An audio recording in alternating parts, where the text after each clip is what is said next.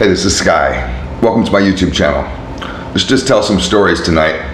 I got requests, 2 different requests to tell more stories about Santa Cruz, so I'll tell more stories about Santa Cruz. They lived there in the 90s. Santa Cruz back in those days was kind of a trashy surfer town. It had rich areas to it, which were really nice. I did landscaping for a little while when I was there. I owned a landscape company. And the thing about that landscape company is I started that landscape company from nothing. Nothing. I didn't have riding mowers when I started. I didn't take out loans. I didn't have a lot of cash. I started that fucking company from nothing, from the dirt.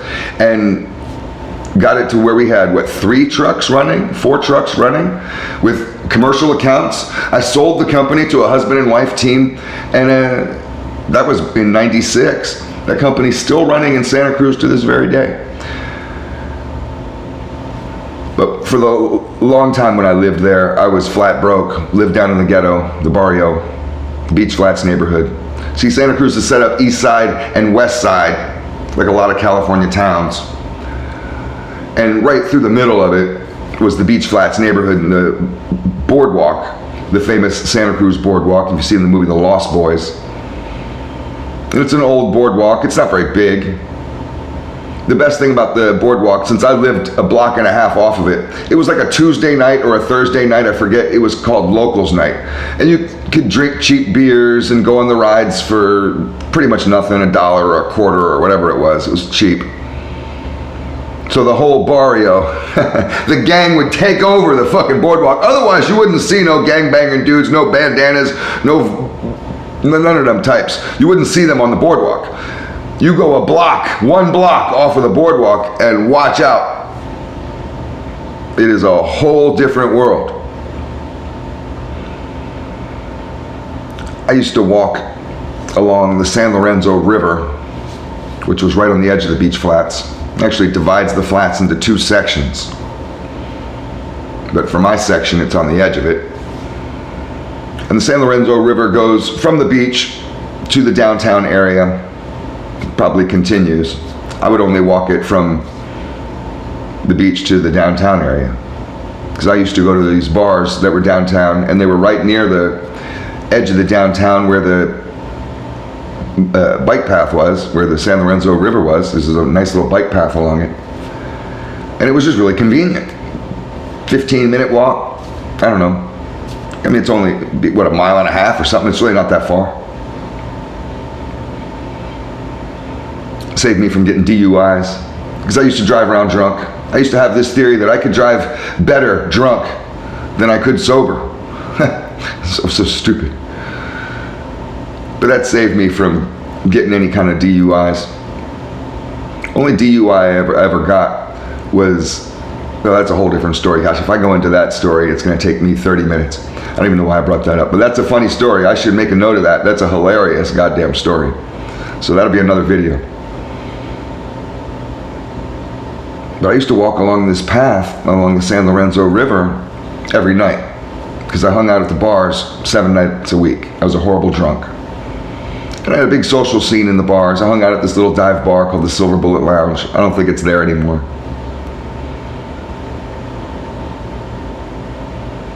Now, I never had any trouble myself along that path, the bike path that went along the San Lorenzo River. And during the daytime, it's fine. At night, it was dangerous, notoriously so. Whereas anybody who had grown up in that town, they had had stories or experiences. Most people knew about that path, and if you say you were up there at 9 or 10 o'clock, 12 o'clock at night, people would just look at you like, what are you, nuts?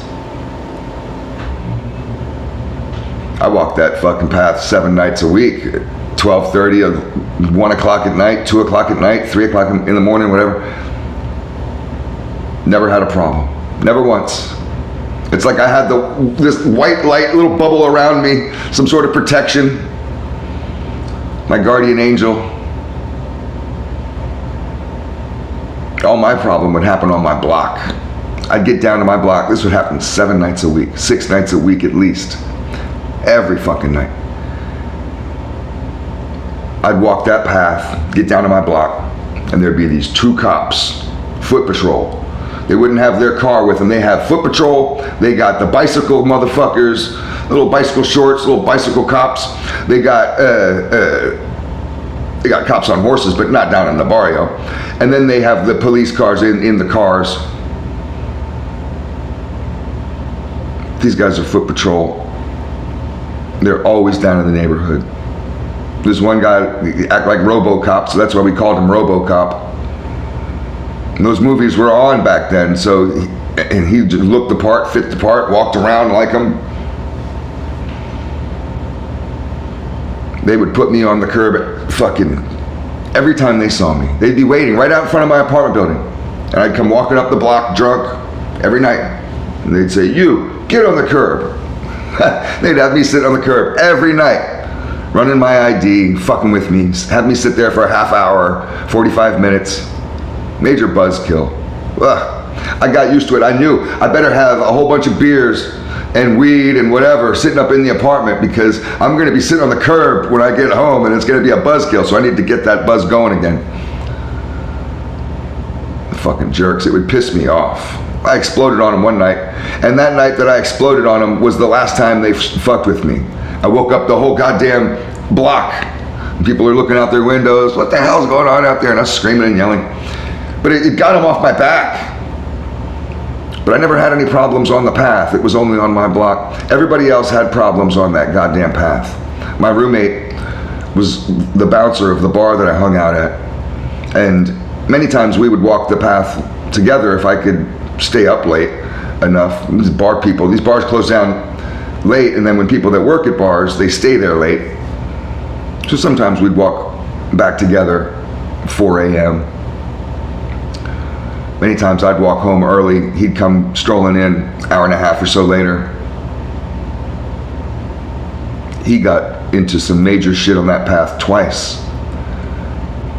Me and him had a beef with the West Side little gang. There's a couple gangs on the West Side, and these are the West Siders. That's the name of them, the West Siders.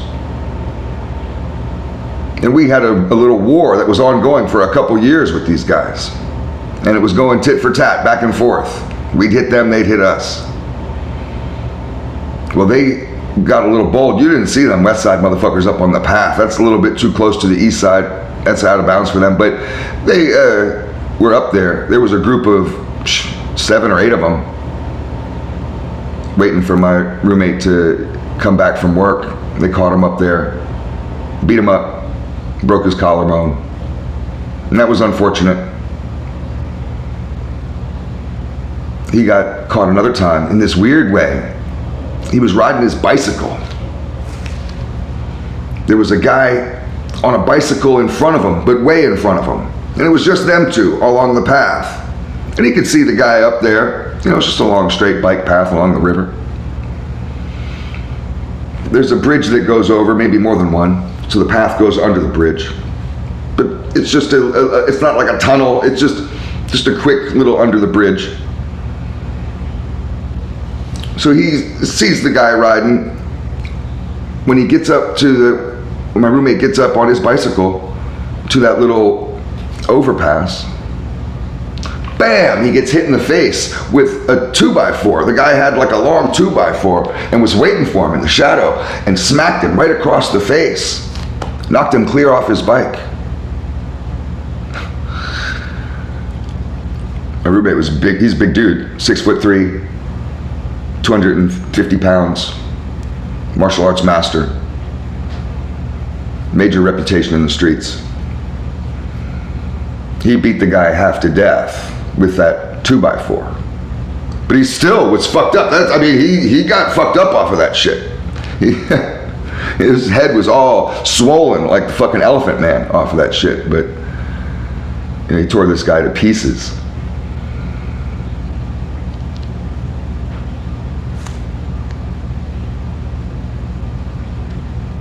It's funny about that path. The only good memory I have of it, nothing really ever bad happened to me, but I have one good memory of it. And I had a friend of mine who was heavily involved in the gang down in the flats. like way deep. And he had been involved in the Santa Cruz Mexican gang world since like the 70s. And he was a little older. And he was tired of it, tired of going to prison. He had complained about that shit to me. I'm tired of going to prison. I got kids. I'm tired of spending time in prison away from my kids, missing out on everything. My wife's getting tired of it. This whole thing is just getting old. I think that's a natural progression as you start to get older. The gang world starts to get less appealing. I told him one day, look, just on a whim. Well, you don't like it. I mean, I know you guys have all your rules and you got your connections, you know, these guys are everywhere, but this is a big country, this is a big planet. You're a free man.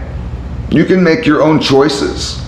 If this isn't the life that you want, you can change your life.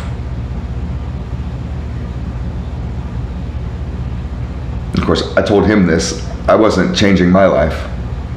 Sometimes we can give advice to others that we don't take ourselves. I should have taken that advice myself. I didn't see him again for a little bit. He just kind of faded away, and I honestly kind of forgot all about him. He was a friend of mine, you know, but we just lost touch. It happens. Well, one day I was up on the path. So I was always up on the goddamn path. It was just getting dark. And I see this dude lurking kind of where I was going to go down. I had a typical spot where I jump down the hill, go down to my block. And he was lurking around there. And I sized people up. Just a good habit. I had this motherfucker sized up way before I got to him, but I didn't recognize him. And he looked awkward, how he was looking around and standing around. I get up to him. I didn't recognize him until I got right up to him. I guess it was kind of dark and he just didn't look the same. And it was my homeboy from the gang. The one that had just disappeared that I gave the advice to. It was him. And I was just like, whoa, dude, the fuck are you doing up here? And so that, well, I've been waiting for you. I knew you'd be up here. You're always up here. I knew you'd be up here at this time. And I just wanted to catch you one last time. He's like, I'm not even going down into the bar. I'm not going down there to say nothing to nobody. I just wanted to say thank you, man. And I was like, thank me for what? I mean, you're welcome, but thank me for what? And it's like, you inspired me. Nobody had ever really presented that option. I know it was always there, but I just wanted to thank you. I changed my life. And he's like, I moved. I got a nice place up in the mountains. He's like, and everything's different now. And, it was just because of your advice. So that made me feel good. And that was my kind of final memory of the path along the San Lorenzo River in Santa Cruz. Thanks for watching.